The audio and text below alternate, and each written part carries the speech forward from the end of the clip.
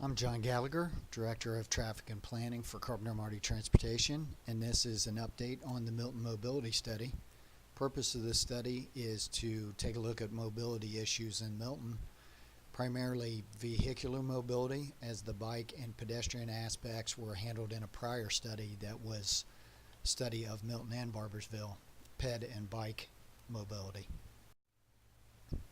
Milton's depicted, general locations depicted across the top of the graphic here. On the aerial, outlined in gray, is the city limits of Milton.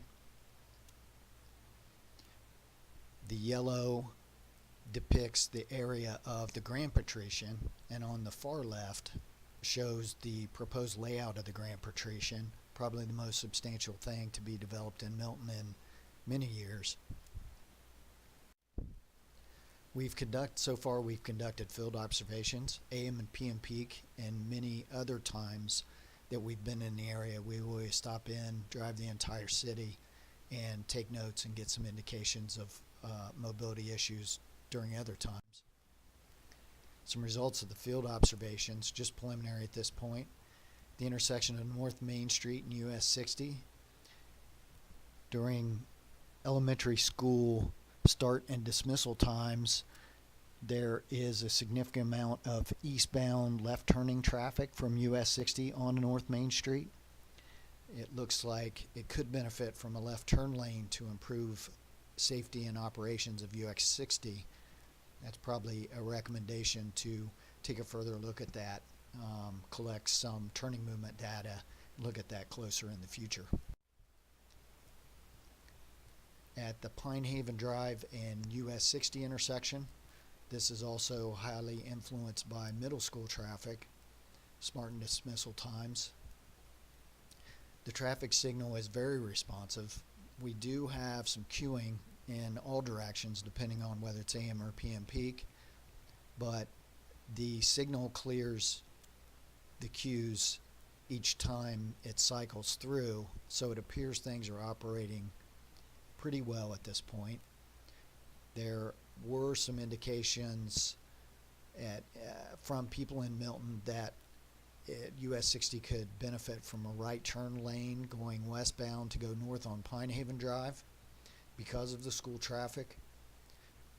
What we have found is Pine Haven Drive itself, as approaches US 60, is not striped. The turn lanes are not striped, so exiting traffic tends to just get where it wants to be, and at times it blocks the westbound buses that want to go right to go north onto Pine Haven Drive. So we suspect when this occurs and these buses can't make the turn, that makes the queuing a lot longer than expected and may not clear up for quite some time. If we could improve the location of the exiting vehicles through striping the lanes specifically to accommodate those right turning buses, we think that signal will operate well.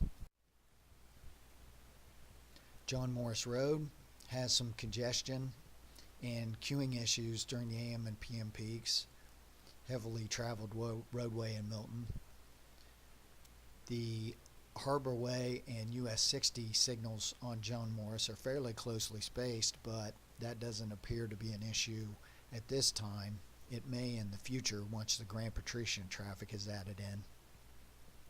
The thing we did note that could be a significant improvement at this point is the northbound left turn lane on John Morris turning left onto Harbor Way does not have vehicle detection, and if it does, it's not operating or not operating correctly.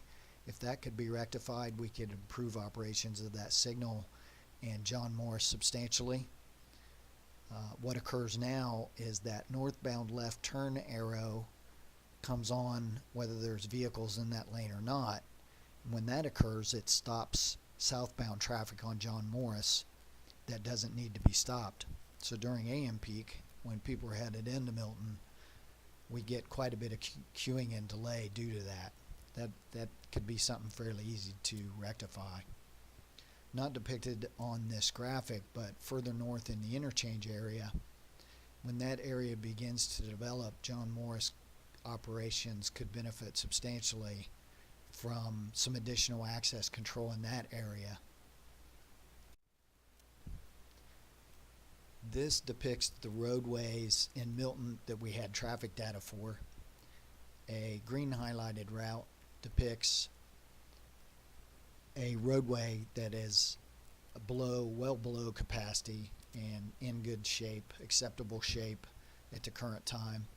A yellow line depicts a route where we are approaching capacity, and that's been defined by a vehicle to capacity ratio of 0.7 to 0.99, which means it's not over capacity, but it's starting to get close. And then a red line would indicate a route or a section of a route that is exceeding capacity, and that would be the volume to capacity ratio is over 1.0.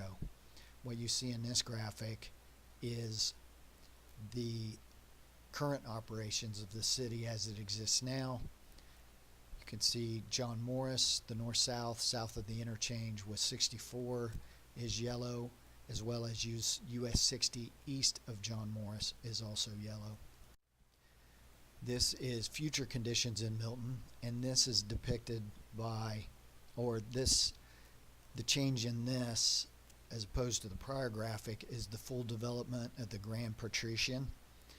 Grand Patrician traffic was estimated and distributed to the current roadway system, and this is the result of that. You can see that John Morris as well as US 60 east of John Morris are now expected to be over capacity. Next step for this study, the public meeting is scheduled for May 2nd in Milton. We will digest that public input, see if there's any additional action that needs to be taken based on that. We will complete and review the analysis that's taken place, and we will develop and submit a draft report.